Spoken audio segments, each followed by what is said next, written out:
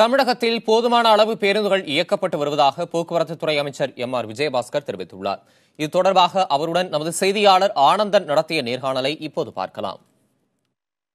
Sir, பேருந்துகள் எந்த அளவுக்கு இயக்கப்பட்டிருக்குது அது மட்டும் சொல்லுங்க. பேருந்துகள் முழுமையாக பாருங்க, வண்டி நிறைய நிற்கிது. முழுமையாக இயக்குவதற்கு உள்ள நடவடிக்கைகள் எடுத்திருக்கிறோம். இந்த வேலை நிறுத்தம் தோல்வியடைந்து விட்டது. திமுகவும் கம்யூனிஸ்டும் அறிவிச்ச இந்த போராட்டம், வேலைநிறுத்த போராட்டம் தோல்வியடைந்திருக்கிறது. முழுமையாக பேருந்துகளை இயக்குவதற்குண்டான முயற்சிகளை எடுத்திருக்கிறோம். முன்னெச்சரிக்கை நடவடிக்கைகளை மேற்கொண்டிருக்கிறோம்.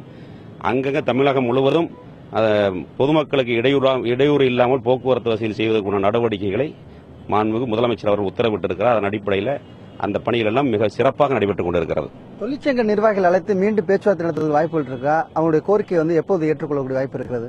நாங்க எல்லா காலகட்டங்களிலும் அவங்க கிட்ட பேசிட்டு 5 முறை பேசியாச்சு தொழிற்சங்கத்தில். இப்ப தொழிலாளர் நலத்துறையில தனித்துறை அலுவலர்கள் ஏதோ முத்தரப்பு பேச்சுவார்த்தைக்கு இன்னைக்கு சொல்றாங்க. என்னன்னு தெரியல, அது பார்த்தா தெரியும். கிராமப்புறத்தில் சேவைகள் முற்றிலும் பாதிக்கிறதாலும் சென்னை முழுக்க ரொம்ப பாதிக்கப்பட்டிருக்கு அப்படின்னு சொல்றாங்க. பெரிய குற்றச்சாட்டு வைக்கிறாங்க. சென்னை முழுக்க போக்குவரத்து பாதிச்சிருந்தா சென்னை சம்பிச்சு போயிருக்கும். அப்படியேதான் இருக்கா? பாத்திருக்கீங்களா? சென்னையில சென்ட்ரலுக்கு முன்னாடி நாங்க ஸ்பெஷல் ஆபீசர்ஸ் போட்டுக்கிறோம். கிரௌட் இருக்கும்போது எந்த ஊருக்கு வேணுமோ அங்க ஸ்பெஷல் பஸ் போட்டோம். பஸ் ஸ்டாண்ட்ல நிக்கிறீங்க, பஸ் ஸ்டாண்ட்ல எவ்வளவு பஸ் நிக்குது, மக்கள் எவ்வளவு பஸ்ல இருக்காங்கன்னு பாருங்க.